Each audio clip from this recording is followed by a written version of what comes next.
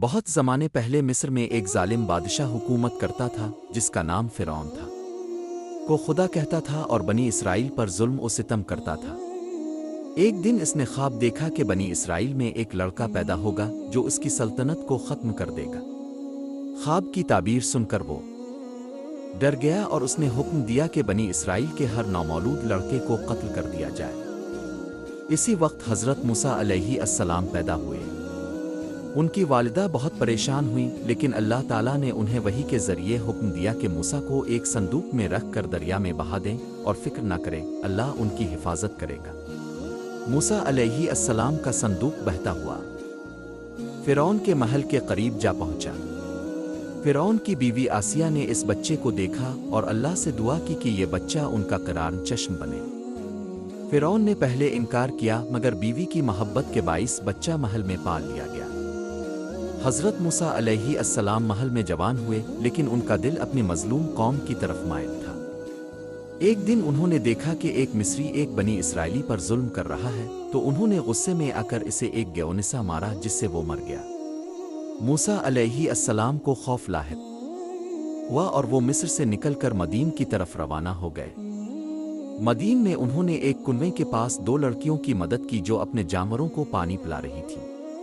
بعد میں ان لڑکیوں کے والد حضرت شعیب علیہ السلام نے موسیٰ کو گھر بلایا اور ان سے نکاح کر کے 8 سال اپنے پاس رکھا۔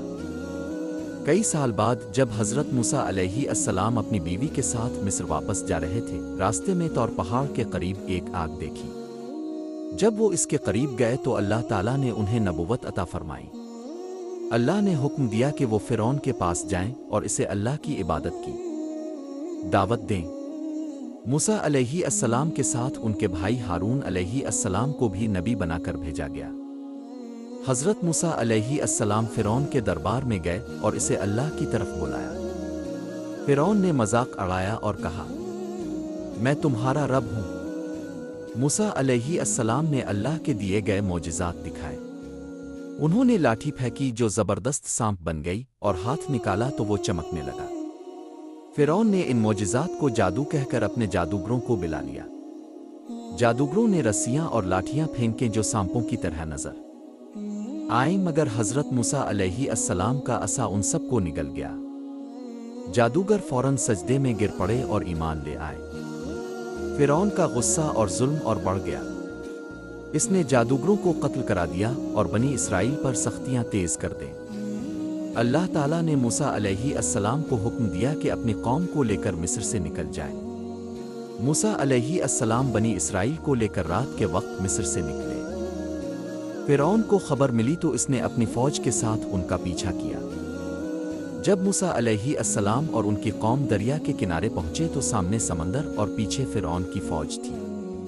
بنی اسرائیل گھبرا گئے، مگر موسیٰ علیہ السلام نے کہا، میرا رب میرے ساتھ ہے، وہ ضرور راستہ نکالے گا۔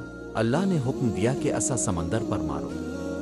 جیسے ہی موسیٰ علیہ السلام نے عصا مارا، دریا دو حصوں میں تقسیم ہو گیا اور خشک راستہ بن گیا۔ بنی اسرائیل اس راستے سے پار ہو گئے۔ جب فرعون اور اس کا لشکر اس راستے میں داخل ہوا تو اللہ نے پانی کو واپس اکٹھا کر دیا۔ فرعون اور اس کی پوری فوج ڈوب گئی۔ مرتے وقت فرعون نے کہا، میں ایمان لاتا ہوں اس رب پر جس پر بنی اسرائیل ایمان لائے ہیں، لیکن اب دیر ہو چکی تھی، اللہ نے اس کا ایمان قبول نہ کیا۔ یوں حضرت موسیٰ علیہ السلام اور بنی اسرائیل کو نجات ملی اور فرعون ہمیشہ کے لیے تباہ ہو گیا۔ یہ واقعہ قرآن کریم میں کئی بار بیان ہوا ہے تاکہ انسان سبق لے کہ اللہ کے نبیوں کی راہ سچائی کی راہ ہے اور ظالموں کا انجام ہمیشہ بارا ہوتا ہے۔ اللہ ہمیں بھی صبر، توکل اور سچائی کے راستے پر چلنے کی توفیق دے۔ آمین۔